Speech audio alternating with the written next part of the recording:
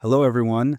I'd like to introduce this week's video and essay on my new Substack and YouTube channel, Fireside Chats with Dr. Peters. This week, we're going to chat about how we'd like to be governed, particularly in the words of the preamble, securing liberty and establishing justice. We're also going to look at how these ideas are fleshed out in the First and Sixth Amendment. The First Amendment, as many of you know, refers to the freedom of speech.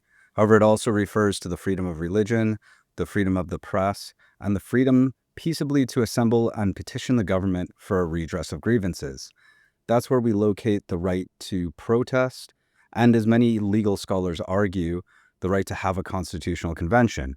However, that's a subject for another episode. The First Amendment illustrates that liberty for the founders was about being able to directly engage in that constitutional conversation about who we want to be as a people and how we want to be governed.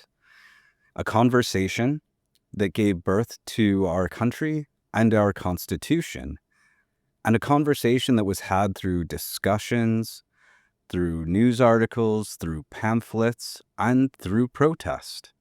Alternatively, the Sixth Amendment fleshes out what they meant by establishing justice. The Sixth Amendment is where we find the right to due process, and particularly the trial by jury.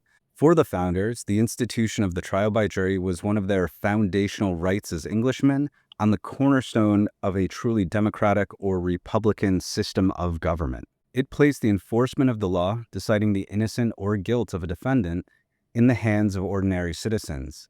This was meant to prevent the law from becoming a tool of tyranny.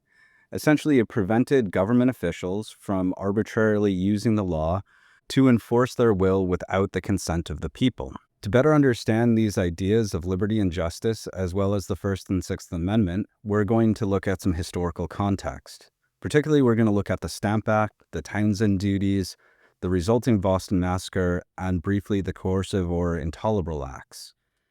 We're also going to look at the founders' views on standing armies in time of peace without the consent of the legislature, which runs through many of these examples and becomes the 11th grievance in the Declaration of Independence. We're then going to use this history, philosophy, and political theory to look at the recent tragic and concerning events in Minneapolis, not as a crime scene investigator, but in order to better answer the question, how do we want to govern ourselves?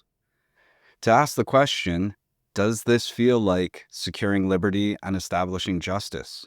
Does this align with our foundational rights, values, and principles? And if not, if this isn't how we want to govern ourselves, what can we do about it?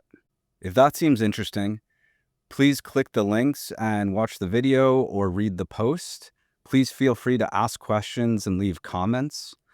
If you find this topic interesting and would like to hear similar content moving forward, feel free to subscribe to either the Substack or YouTube channel or both. I put out new content every Friday morning at 8 a.m. Also, as always, I appreciate your support and patience as I learn to navigate this new medium, find my voice, especially when I'm trying to deal with difficult topics such as this.